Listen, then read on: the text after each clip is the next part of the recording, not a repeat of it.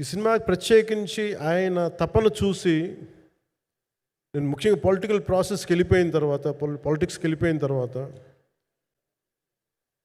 Direction అని వీటికి దూరమై క్రియేటివ్ పార్టీకి దూరం అయిపోయిన తర్వాత పాలిటిక్స్ నా ప్రైమరీ ఫోకస్ అయిపోయిన తర్వాత మళ్ళీ దృష్టి పెట్టి సినిమా కావాలి మీరు చెయ్యాలని చెప్పి నా దగ్గరికి వచ్చి కోరుకున్నప్పుడు నేను ఎంత బెస్ట్ ఇవ్వగలను ఆ సినిమాకి అంత ఇచ్చాను. నేను అంటే నా బెస్ట్ ఇచ్చాను. అంటే నేను అంటే అన్నిటికంటే కూడా నేను ఇవ్వలేనిది టైం ఇవ్వలేను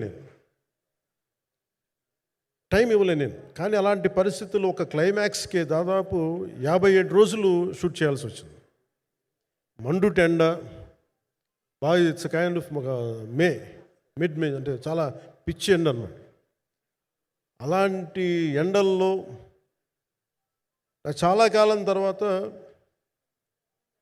నాకు మార్షల్ ఆర్ట్స్ నేను ఎప్పుడో నేర్చుకున్న మార్షల్ ఆర్ట్స్ ఒక ఎస్క్రీమా కానీ ఊషు కానీ నేను నేర్చుకున్న సెల్ఫ్ డిఫెన్స్ టెక్నిక్స్ కానీ యుఎస్లో నేను ఒక వర్క్షాప్ చేసిన జీత్ కండో ఇవి కానీ ఇవన్నీ ఈ సినిమాకి నాకు పనికి వచ్చినాయి. నాకు వీళ్ళతో డిఫరెంట్ కొరియోగ్రాఫర్స్తో కూర్చొని ప్రత్యేకించి క్లైమాక్స్ పార్ట్ ఇది అందరికీ ఇన్స్పైర్ చేసింది.